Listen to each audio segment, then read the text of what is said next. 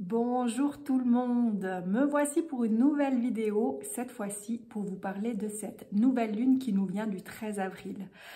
Tout le mois d'avril me parle beaucoup, car le 13 revient énormément. Vous savez que je travaille avec le tarot, avec la numérologie aussi, et le 13 est l'arcane sans nom en tarot. L'arcane sans nom, c'est la carte de la mort, la carte du changement, la carte des deuils, la carte de l'évolution, la carte aussi de coupage de liens et la carte de renaissance, si on peut parler un peu plus positif. Tout le mois d'avril, on est en 13. Le 4 avec l'année 2025, on est en 13. De l'arcane sans nom revient deux fois. Elle revient dans le caractère de cette pleine lune.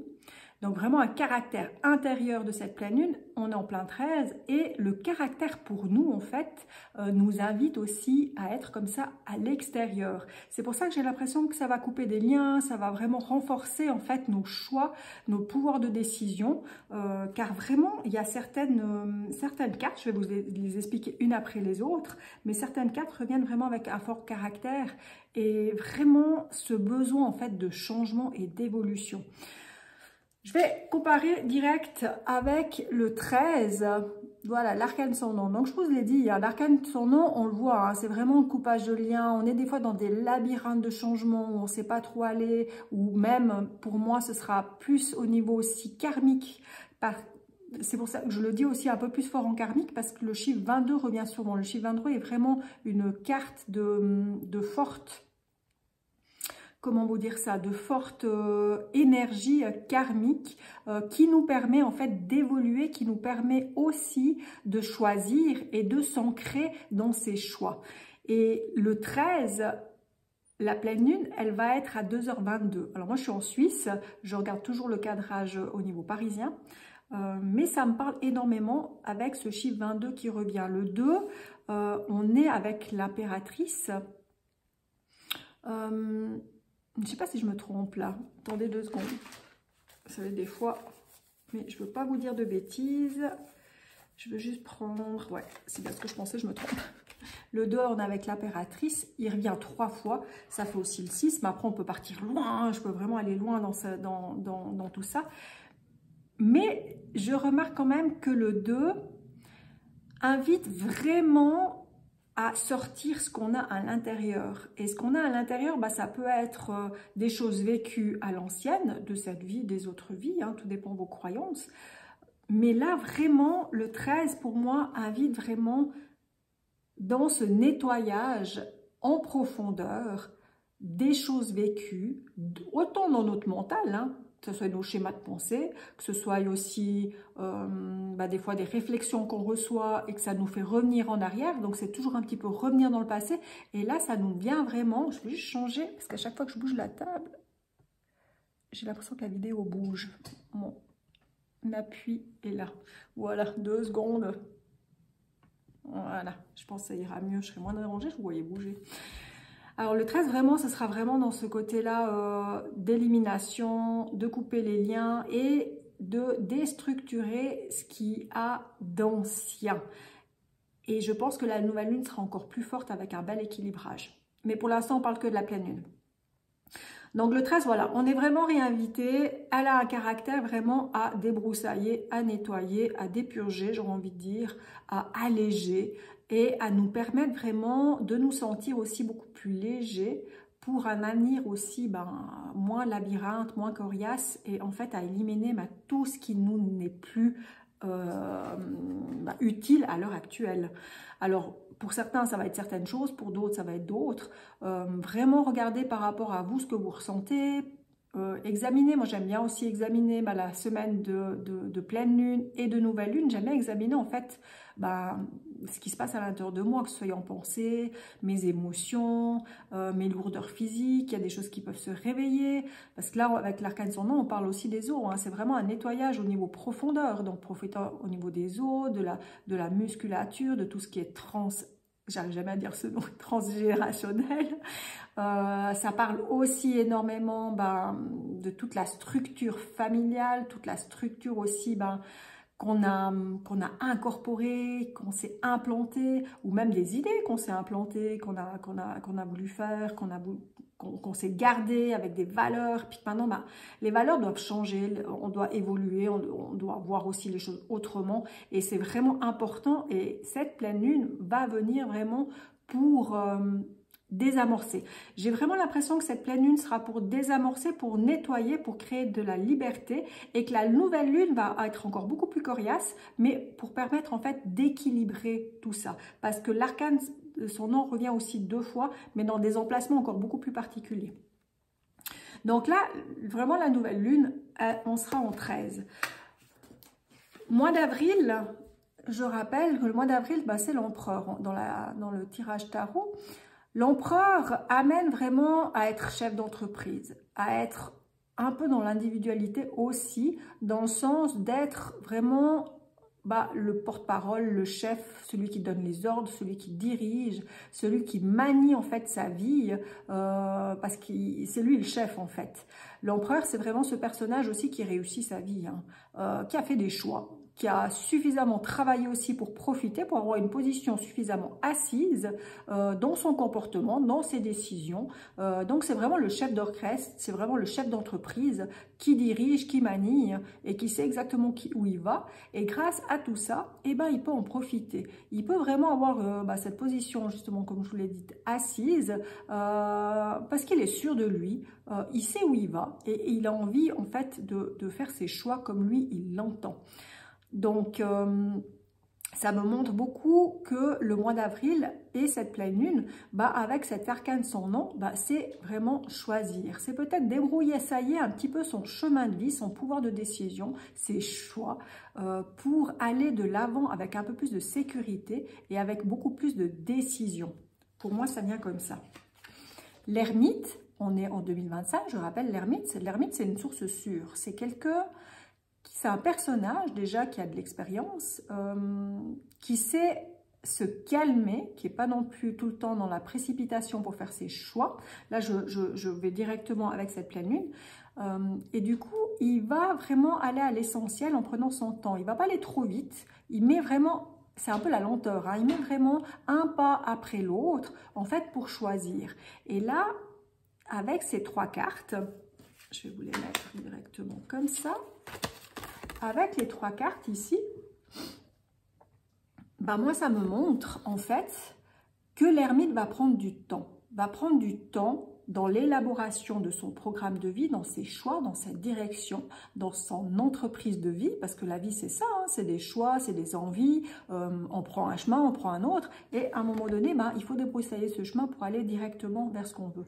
Mais il y va avec expérience, avec sagesse, avec maturité, avec réflexion, très sage par rapport à ce qu'il a vécu, par rapport à ce qu'il veut, où finalement son pouvoir de décision peut être pris à force de nettoyer son chemin, à force de choisir et à force d'aller à l'essentiel avec réflexion. Donc on emploie son mental aussi un peu plus fortement, mais avec patience. On va un pas après l'autre, tout en douceur, tout gentiment pour y aller. Donc peut-être, j'aime bien mettre des peut-être parce que je n'ai pas la science infuse, je vous dis juste moi ce que je ressens par rapport aux cartes et puis dans mon énergie aussi par rapport à ce que je vis, bien sûr. Et là, c'est vraiment cette envie d'aller vers quelque chose, cette envie de construire, de bâtir quelque chose de bien solide, mais pour cela, il faut nettoyer, il faut éliminer. Par rapport au comportement qu'on peut avoir durant cette pleine lune, pour moi, l'énergie de la pleine lune, elle est toujours là quelques jours avant et quelques jours après. Elle nous accompagne déjà maintenant. Maintenant, là, on est quelques jours avant, on est vraiment en plein dedans. Et là, le comportement intérieur, en fait, c'est vraiment de croire en soi, je pense. C'est vraiment de croire en soi, de croire en la vie. C'est la carte de l'étoile, le 17. Le 17 amène vraiment cette possibilité, en fait, du renouveau. De revoir les choses, de y croire, de renaître à quelque chose. Donc, entre la carte de la mort et la carte de l'étoile, il y a une déstructuration pour croire en quelque chose de nouveau, pour croire à sa bonne étoile, pour croire en soi, pour croire en la vie, pour croire vraiment dans croire en ses objectifs, parce qu'on est quand même au mois d'avril, on est quand même avec cet empereur de chef d'entreprise qui concrétise, qui fait les choses et qui actionne.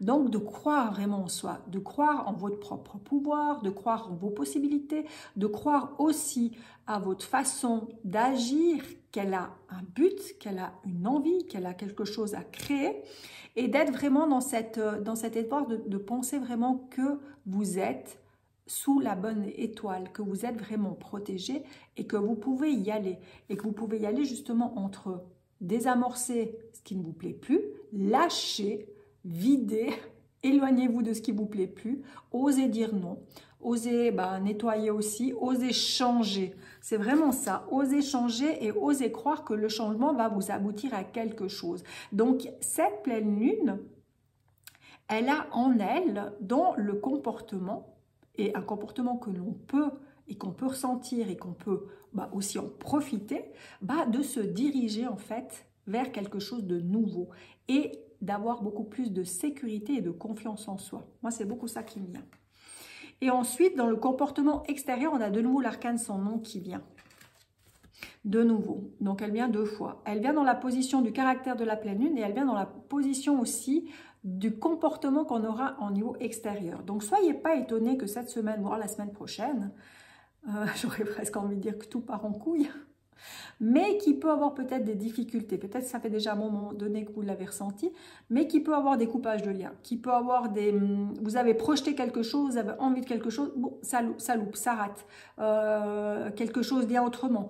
Mais gardez toujours dans l'esprit, gardez la foi. Vraiment, gardez toujours la foi. Parce qu'entre ces 2 cartes, on va se balancer entre la foi, entre croire en soi, entre se déprogrammer, entre couper des liens, entre choisir, finalement, hop, ça ne me convient pas, j'arrête.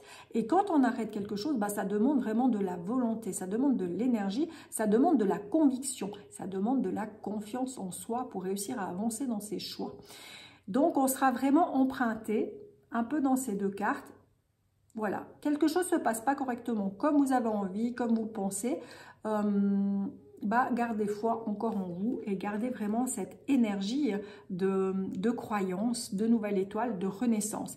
Le mois d'avril, c'est souvent aussi, il n'y a pas, car il y a aussi cette question aussi énergétique de renaître, de se remettre. Moi, j'ai envie de dire presque de se remettre en selle, de se remettre en vie. Mais pour renaître à quelque chose de nouveau, il faut souvent lâcher beaucoup de choses. Donc, c'est vraiment extérieurement, donc c'est par rapport aux autres, par rapport à sa famille, par rapport aux amis.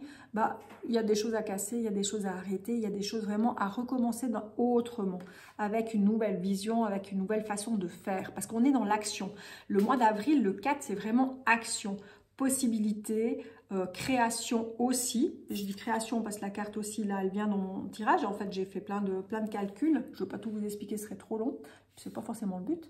Mais là, on est quand même dans la créativité. C'est comme si on prépare le terrain. Pour cette pleine lune, on prépare le terrain de zigouiller, d'arrêter, de se repositionner. C'est un peu comme ça que je le perçois. De se repositionner en faisant des choix.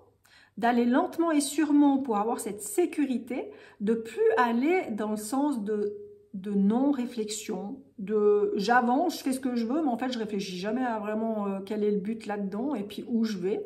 Il y a un moment donné, il faut vraiment prendre des bonnes décisions. Et en prenant ces bonnes décisions, ça nous permet de voir en fait qu'est-ce qui ne nous convient pas. Et là, on prépare en fait le terrain pour créer sa vie. Parce que là, c'est vraiment l'impératrice qui vient. Elle vient vraiment pour conceptualiser des idées. Elle vient nous donner des idées. Elle vient nous donner, nous enseigner, nous faire remarquer, nous donner des envies, nous réveiller aussi notre chakra sacré, où c'est là où toute la créativité est, et l'envie aussi de vivre va nous permettre vraiment en fait de réaliser sa vie et puis de revisiter autrement notre vie. Donc je la trouve, moi cette pleine lune, je la trouve super intéressante. Après, je crois que je dis ça dans toutes les vidéos. Quand je fais la synthèse vraiment des cartes du 13 avril 2025, on arrive à la justice. De nouveau, on rentre dans le côté équilibre. équilibre de soi, équilibre des autres, équilibre de ses envies, équilibre de qui l'on est, équilibre aussi de prendre conscience qu'on n'est pas seul sur Terre et puis qu'il y a les autres aussi, qu'il faut être un tout. Pour moi, la carte de la justice, c'est vraiment je me respecte et je respecte les autres. Des fois, il peut y avoir vraiment des clashs, des froideurs, des rigidités, même des rigidités mentales, où à un moment donné, c'est comme ça et pas autrement. Et je pense qu'elle va vraiment venir nous fusionner comme ça, qu'à un moment donné, on a le droit aussi d'être froid, d'être très directif. Je vous dis ça parce qu'il y a 3 cartes qui sont, enfin il y a même 4 qui sont très directives. Déjà le 13 est très coupant, est très clash, c'est très direct, hein, c'est rapide, c'est tac tac, hop, on ne discute plus et puis c'est comme ça. L'empereur, c'est quand même le chef d'entreprise, c'est lui qui décide, il sait où il va, il est bien positionné, il est dans son petit monde, c'est comme ça que je le vois et pas autrement. On a la carte justement de la justice qui peut être très froide, très rigide. Là aussi, quand elle prend un pouvoir de décision, alors là c'est fini, vous ne la revenez plus en arrière. Et on a aussi la synthèse de toutes les cartes avec la carte de la force, qui là aussi, elle est dans le côté je maîtrise toutes les situations, je sais exactement ce que je veux et j'y vais. Et il y a peut-être même un poil de manipulation, en tout cas de fort contrôle, pour pouvoir vraiment vivre cela. Donc les deux cartes vraiment, les deux cartes vraiment de synthèse entre la justice et la force m'amènent vraiment à penser qu'elle va être coriace dans le caractère. Ça va vraiment être quelque chose de fort où il faudra quand même bien, je pense, être équilibré et à voir aussi à quel moment peut-être on est trop rigide, on est trop dans le côté aussi peut-être colère, le trop dans le vouloir, le trop dans la manipulation. Parce que la carte de la force, elle a une puissante énergie terrestre, mais à condition d'être fluide, à condition vraiment de laisser les choses aussi se faire naturellement, sans non plus s'imposer de trop, sans non plus vouloir trop manipuler et sans non plus vouloir trop contrôler. D'une fois qu'on contrôle trop, on vient aussi dans une légère fatigue parce que rien n'est plus fluide et du coup on perd aussi son énergie. Donc la synthèse, elle est vraiment entre ce côté je me respecte et je respecte les autres. J'essaie de trouver, de balancer de l'un à l'autre pour pouvoir trouver un équilibre, que tout le monde soit content et tout le monde soit heureux. Et la force, elle a un caractère hyper fort, elle sait ce qu'elle veut et du coup, elle peut aussi en profiter parce qu'elle réveille, en fait, il faudrait réveiller son pouvoir personnel sans non plus le manipuler et aller de nouveau dans peut-être les anciens schémas ou les anciennes choses ou dans les blessures ou dans les trucs comme ça pour pas non plus que ça vienne trop dans le contrôle et trop dans le côté je suis la chef et personne d'autre puis le reste je m'en fous, on n'est pas là-dedans. Donc vraiment cette pleine lune elle est, moi je pense qu'elle est quand même assez forte, elle est quand même assez puissante. Elle vient vraiment, tout ce que je vous ai expliqué, elle vient vraiment mettre les points là-dessus. Donc, analysez, regardez aussi où vous en êtes. Soyez confiants à l'intérieur de vous. Soyez moins dans ce côté trop de réflexion, juste dans vraiment, employez vraiment votre ressenti pour vous aider. Hein. Et regardez aussi dans votre vie, qu'est-ce qui a besoin d'être nettoyé. Et profitez vraiment de cette pleine lune pour nettoyer, pour déstructurer, pour laisser aussi ces énergies de pouvoir de décision, de pouvoir aussi de soi, d'envie, de création pour le futur. Et profitez vraiment de faire un nettoyage, de faire vraiment... on parle souvent aussi de nettoyer ses choses, nettoyer sa maison au printemps, c'est pas pour rien. C'est souvent aussi ce que l'énergie nous demande. Pour revoir du neuf, il faut enlever l'ancien. Et là, cette pleine lune, pour moi, elle est là-dedans, mais avec justement ce pouvoir qui est magnifique de réaliser sa vie, d'autant être sûr de soi, de reprendre confiance en soi pour y aller, tout encore en nettoyant.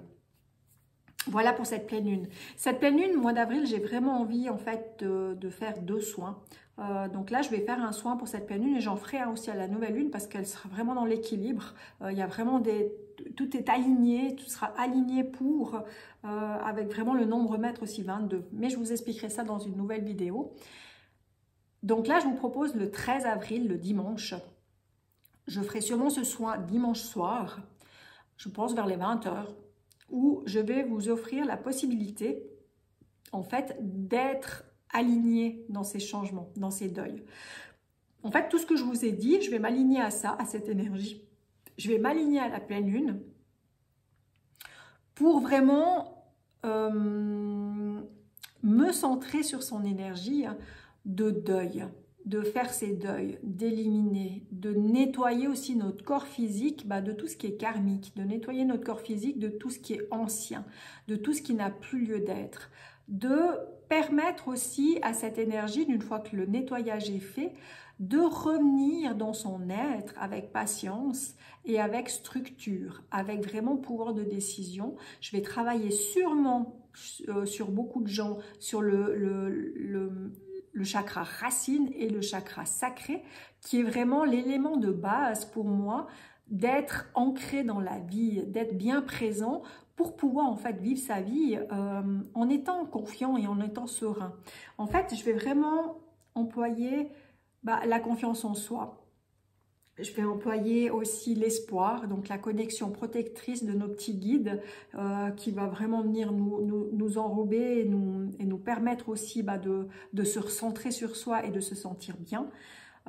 J'ai vraiment envie d'amener aussi le pouvoir de décision, de me centrer aussi là-dessus dans l'intention, dans cette force vraiment physique. En fait, je vais tout faire revenir à la terre, je vais tout faire redescendre les énergies pour pouvoir libérer, nettoyer et renforcer. Ce sera vraiment ça, ce sera un bon renforcement. Les soins, quand je les propose à distance et en soins collectifs, on peut être 10, 15, 20 personnes, il n'y a aucun souci pour moi. Je me limite pas du tout au nombre de gens. Plus on est, plus c'est fort. Mais en fait, chaque personne va vraiment prendre le quota d'où elle en est, de qu'est-ce que son corps physique a besoin, de qu'est-ce que son mental a besoin, et même de son côté aussi spirituel, qu'est-ce qu'on a besoin. C'est comme si vous êtes un aimant et que l'énergie, elle va venir exactement où les endroits les plus aimantés ont besoin. Votre corps va se charger, chaque cellule va se charger de cette énergie et va se remplir de ce qu'elle a besoin, ni plus ni moins. C'est des choses qui se font naturellement. Donc moi, je mets mon intention à me canaliser sur cette force énergétique de cette pleine lune pour travailler sur ce que je viens de vous dire. Et votre corps, en fait, va prendre en plus peut-être d'autres choses. Et souvent, c'est aussi intéressant de faire peut-être des petites intentions aussi vous-même avant le soin pour voir qu'est-ce que vous voulez en fait de ce soin-là. Et tout va s'accorder en fait, tout va s'accorder entre mes intentions, vos intentions et le besoin inconscient aussi de votre corps. Et bien sûr que je travaille aussi avec mes guides, avec des énergies aussi qui sont bien plus fortes et bien plus conscientes que moi. Et elles savent en fait exactement pour chacun dans le soin qu'est-ce qu'il faut travailler et qu'est-ce qu'il faut faire. Et après le soin, moi je fais toujours un message vocal. J'explique exactement qu'est-ce qui pour moi a été travaillé, quels sont mes ressentis par rapport à ce soin. Et je reste aussi disponible quelques jours après aussi si besoin. Que ce soit des questions ou des doutes ou quelque chose qui se passe. En tout cas, j'aime partager, j'aime communiquer aussi après. C'est pas que je fais juste le soin puis après c'est au revoir, merci, c'est fini.